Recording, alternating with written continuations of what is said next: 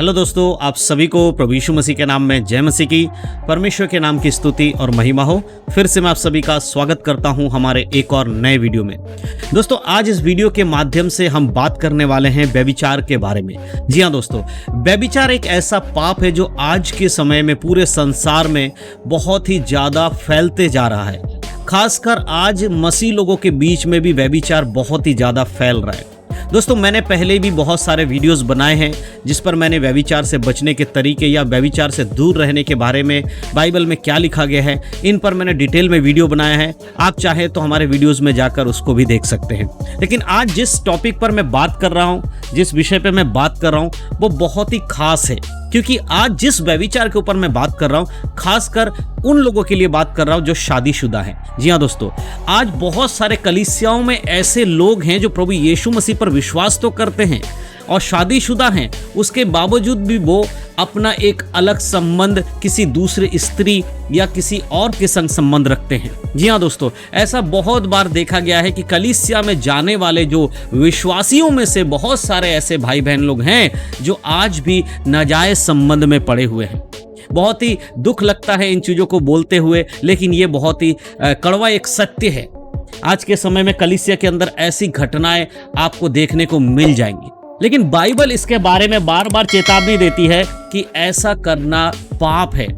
बहुत बार लोग इसको छुपा कर करते हैं। कई बार आप अपने परिवार के लोगों से छुपा कर देखते हैं लोग करते हैं। कई बार अपने मन से इधर उधर से घुमाकर बातचीत को करते हैं।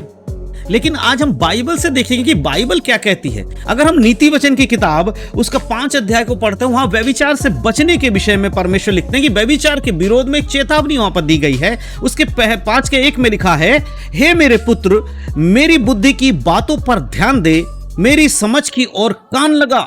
परमेश्वर कहते हैं मेरी बुद्धि की बातों की ओर ध्यान दे, मेरी समझ की ओर कान लगा। क्योंकि बहुत सारे भाई बहन लोग आज ऐसे हैं जो अपनी सोच और समझ के अनुसार चलना पसंद करते हैं, परमेश्वर की सोच और समझ के अनुसार चलना पसंद नहीं करते।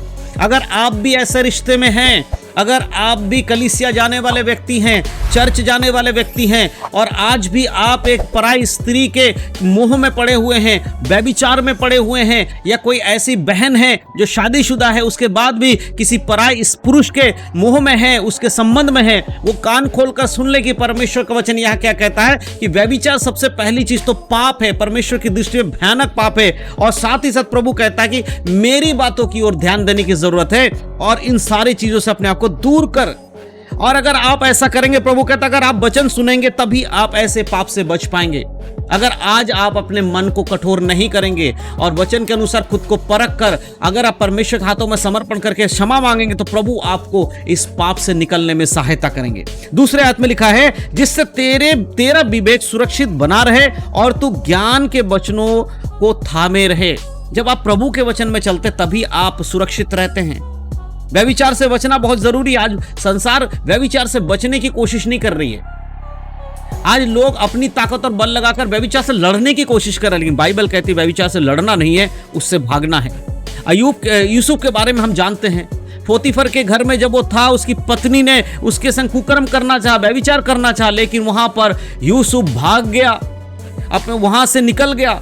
उस व्यभिचार का सामना नहीं किया परंतु उससे भागा। इसलिए मेरे प्रियो, व्यभिचार का सामना नहीं करना है, उससे भागना है। और आगे वचन में लिखा है, क्योंकि पराई स्त्रियों के होंठों से मधु टपकता है और उनकी बातें तेल से भी अधिक चिकनी होती हैं।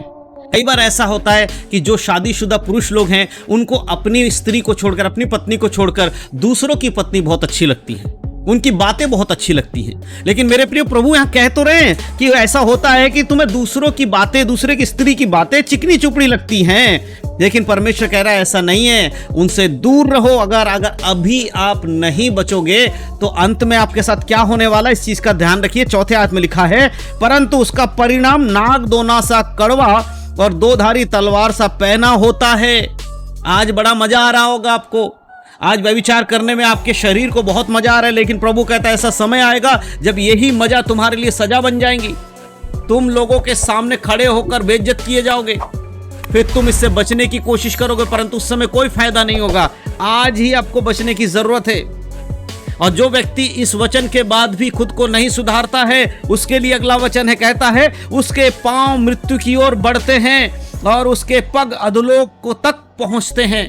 जो इस समय इस वचन को सुनने के बाद भी अपने जीवन को नहीं बदल रहा है, या आपको लग रहा है कि मैं ऐसे ही वचन पढ़ रहा हूं या वीडियो बनाने के लिए वचन दे रहा हूं, नहीं मेरे प्रियो, ऐसा नहीं है। मैं आपको बताना चाहता हूं, क्योंकि आज बहुत सारे ऐसे मसीह में बहन और भाई हैं जो शादीशुदा होने के बाद भी दूसरे के साथ अपना संबंध बनाए हुए हैं, और बहुत सारे ऐसे नौजवान लोग हैं जिनकी शादी नहीं हुई, वो भी दूसरे के संग अपना संबंध बनाए हुए हैं। ये दोनों लोगों के लिए वचन बहुत ज्यादा जरूरी है। इसलिए परमेश्वर कहता है कि अपने आप को बचाओ, अंत के समय आने वाला है, यीशु मसीह का आगमन होने वाला है, उससे पहले खुद के जीवन को परखो, नहीं तो आप बच नहीं पाओगे उस न्याय के सिंहासन के सामने।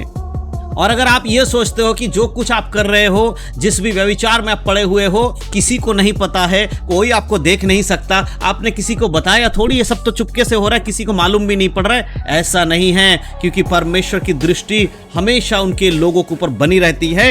21 आयत में लिखा है, 5:21 में, क्योंकि मनुष्य के मार्ग यहोवा की दृष्टि से छुपे नहीं हैं और वह उसके सब मार्गों पर ध्यान करता है। परमेश्वर कह रहा है मनुष्य का जो मार्ग है वो मेरे दृष्टि से छुपा हुआ नहीं है। कोई ये सोचे कि नहीं मैं तो व्यभिचार कर रहा हूं, मेरे आस पड़ोस वाले को नहीं पता है, मेरी पत्नी को नहीं पता है, मेरे पति को नहीं पता, मेरे भाई को नहीं पता, मेरे बहन को नहीं पता, मेरे माता को नहीं पता, मेरे पिता को नहीं पता, चर्च के किसी को नहीं पता।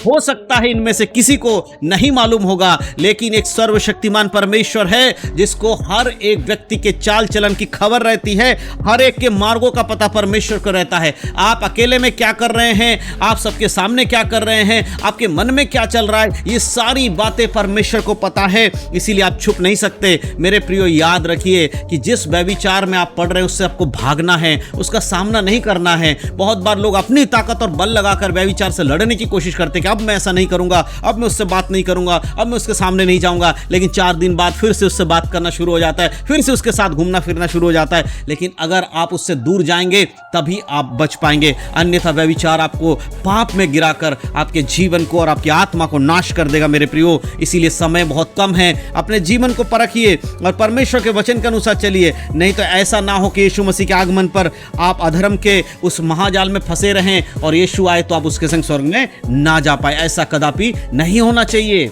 आज समय है आपको अपने जीवन को परखने की। अगर आपको लग रहा है कि हाँ आपके जीवन में भी आज व्यभिचार प्रभुता कर रहा है, आप बचने की बहुत कोशिश कर रहे हैं, लेकिन कोई रास्ता आपको नजर नहीं आ रहा है, बहुत कोशिश के बाद भी आप इससे दूर नहीं जा पा रहे, मेरे प्रिय क्षण अपने जीवन को परमेश्वर के हाथों में समर्पण करिएगा। अकेले में बैठिएगा, ऐसी जगह जहां पर परमेश्वर और आपके सिवा कोई ना हो, प्रभु से रो रो कर प्रार्थना करिएगा कि हे पिता परमेश्वर, मैं इस पाप में गिरा हुआ हूं। देखिए, जब आप प्रार्थना करते हैं आप शर्माइएगा नहीं, परमेश्वर से खुलकर बात करिएगा कि आप किसके चक्कर में पड़े हुए हैं, कौन से व्यभिचार में पड़े हुए हैं, क्या आपके जीवन में प्रभुता करे, सब कुछ परमेश्वर के सामने खुलकर बताना है और प्रभु से माफी मांगना कि परमेश्वर आप मुझे क्षमा करिए और इससे मुझे निकालिए। जब आप इस तरह से प्रार्थना करेंगे तो पवित्र आत्मा आपके हृदय में काम करेंगे और आपको व्यभिचार से दूर जाने के लिए पवित्र आत्मा सहायता करेंगे। मेरे प्रियो, आज जो वचन मैंने बताया नीति वचन 5 अध्याय से, इन वचनों को हल्के में नहीं लेना है, इनको अपने जीवन में लागू करिए, क्योंकि यीशु के आगमन से पहले अगर आपने खुद को नहीं सुधारा तो जिस समय यीशु आएंगे, अगर उस समय आप पाप में रहे तो आप उसके संग स्वर्ग में नहीं जा पाएंगे।